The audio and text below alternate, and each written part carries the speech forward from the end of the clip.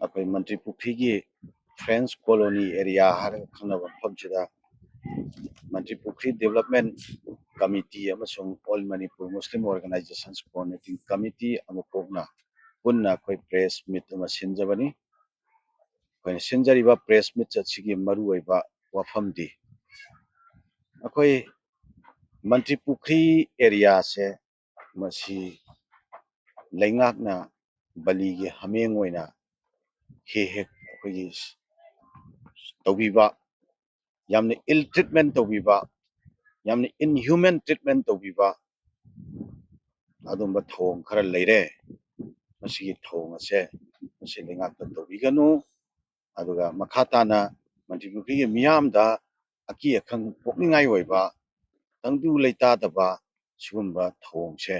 तौबीगनु हाइबा वफम खक थमजनबगीदमक्ता मसीगी press meet असे कौजबनी 2013 दा मंत्री पुखरी दा अखोई मतमदुगी लेंगाकी माइकैदगी लैंड एक्विजिशन ऑर्डर अमा अखोई तारगा अखोई करिगिदमक्ता आरबीआई साननबनी रिजर्व बैंक ऑफ इंडिया गे अदुम्बा कनो साननबनी हाइदना हाइबा मंत्री पुखरी गे लमसे मसी एक्वायर तौनेना लाई मतमदुदगी हौना मंत्री पुखरी दा लैरिबा अखोई तोंगान तोंगानबा अखोई कांगलुकी फुरुकी चिलिनाव मयाम हाइबा तारे मरुओइना अखोई मैतै चिलिनावसिंग अखोई पांगनसिंग अदुगा ट्राइबल चिलिनावसिंग लोइना अखोई नन मणिपुरी अखोई मणिपुरदा सेटल तौरगा लैरिबा तोंगान तोंगानबा अदुम्बा कांगलुक फुरुक मयामगी अदुम्बा चिलिनाव मयामसिंग अखोई नेपाली चिलिनावसिंग मयामसी पुल्लकांदा लेंगाकी सुगुम्बा थोंगसे मसी तौबीगनु अखोई युम अखोई हिंगोल अखोई इसागी लेननबा अदुम्बा राइट टू लाइफ ओरिबा अखोई युमसे थुगाइबा सुगुम्बा मखलगी थोंगसिंगसे लेंगाकना तौबीगनु हाइबा वफमसी मतमदुदगी हौना अखोई मियामना प्रोटेस्ट तौरगा लाकनी अदो मियामगी प्रोटेस्ट असी यामना कनबा अमसुंग यामना अचुम्बा जेन्युइन ओइबा प्रोटेस्ट अमा ओइरकपना मरम ओइरकांदा मतमदुगी लेंगाकना लैंड एक्विजिशन गी अदुम्बा ऑर्डर दो हंतोखी सुमाइना मतम खरा लैखरा मतुंगदा 2018 दा अमुक हन्ना हाइरिबा सेम मफमसिदा हानगी प्रोजेक्ट तु नतबा अनौबा प्रोजेक्ट अमा अमुक होंगागा अखोई आईएएस ऑफिसर सिंग अमसुंग एमएलए सिंग क्वार्टर साननबा हाइरिबा मफमसिगी लमसि लौसलनी हाइदना 2018 दा लाई मधुगी मरक सिदा अमुका लमदमसिदा लैरिबा अदुगुम्बा केनोसिंगसे मसी लौफम कनबगी मिंगदा Manipur conservation for paddy land and wetland act की नमादा मफमसे युम साबा अमता यारोय हाइदना अखोई लैरिबा मियामसे युम साबा थिंगबगी थबक चिंगबा असुगुम्बा थोंगसिंगसे तौई लोइना लम लौसलनी हाइबा ऑर्डर से लाखदगी मतमदुदा all Manipur Muslim organisations coordinating committee ना अखोई मंत्री पुखरी की लम कन्ननबा लैबिरिबा अदुगुम्बा लुपसिंगसिगा अखोई खुसमनरगा अखोई मणिपुर पुंबगी ओइबा अखोई स्ट्राइक पांगथोकी एजिटेशन पांगथोकी अप्रैल के तांग 10 2018 दा अखोई याम अकनबा मास प्रोटेस्ट अमा तौरबा मतुंदा मणिपुर चीफ मिनिस्टर की अदुम्बा बंगलोदा सीएसओ मयामगी मिहुतसिंग अमसुंग अखोई मंत्री पुखरी की लैंड प्रोटेक्शन कमिटी ना सिंगबा सिगी मिहुतसिंग यावना अखोई पुन्ना फमिनरकाना अमुकोक यावना अमुकोंग लुसिंगजरगा फमिनरिबा अदुम्बा मियामगी मिहुतसिंगा मणिपुर की चीफ मिनिस्टर का वारोइसन पुरखी मखाताना मंत्री पुखरी की मियामदा अकी अखंग अमसुंग करिगोंबा खुदोंग लाइवलीहुड दा थ्रेटन ओइगदबा the kind of any kind of initiative of falling aki makai di tawroi haidana dumaina agreement tawnabani sumaina leina khraba matung sida nawhongda namuka 2022 da hanagi project tu nataba anauba project ama mu khongtuaga masidana akogi IT hub sabagi IT hub development gi siga mari leina lamche amu loksalani haidana amuka nawna mu ko order amuka lai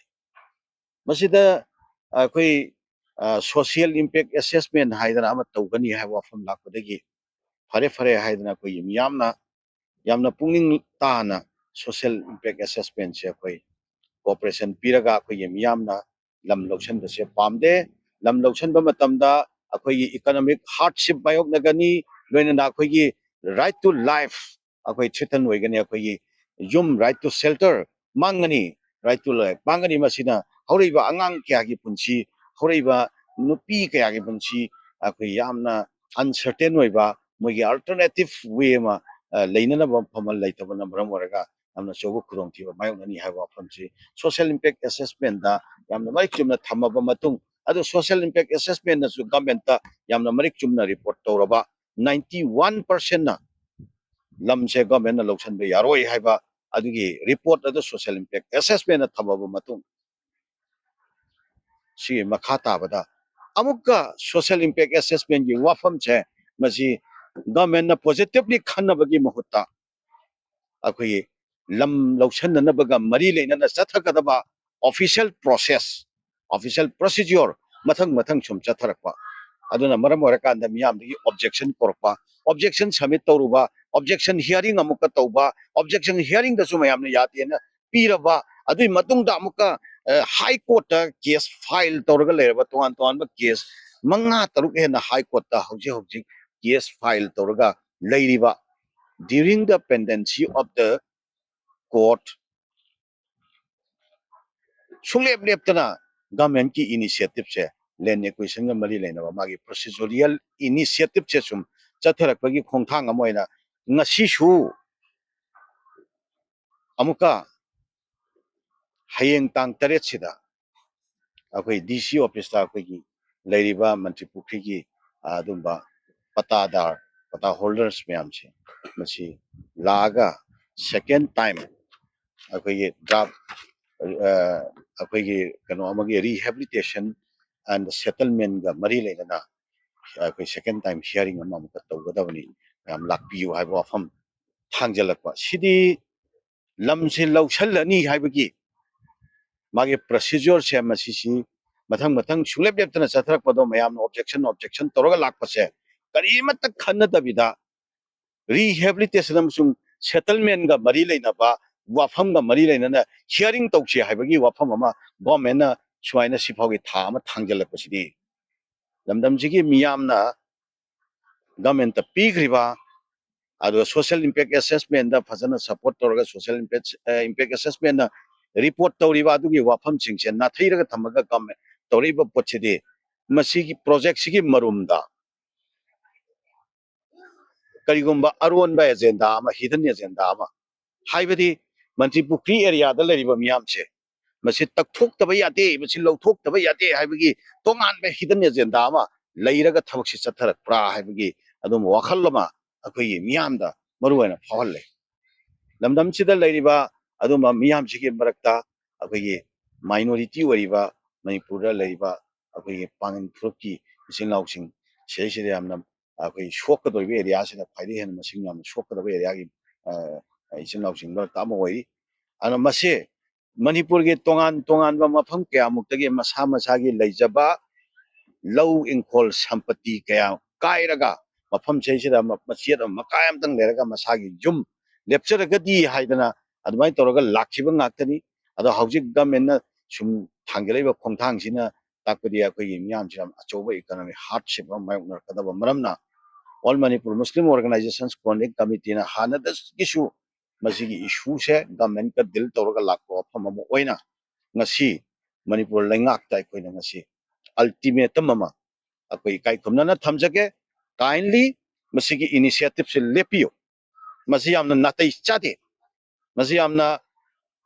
nakpu tadaba aduga kanglu phurup ama kharada akoi atamnana akoi miyeng thamakanda chathaba that kind of initiative ni social impact assessment na mafam chi nataba atopa alternative area suggest tawgrabani mafam chi lawsan da government na tinggadaba paisa sing do tingdabida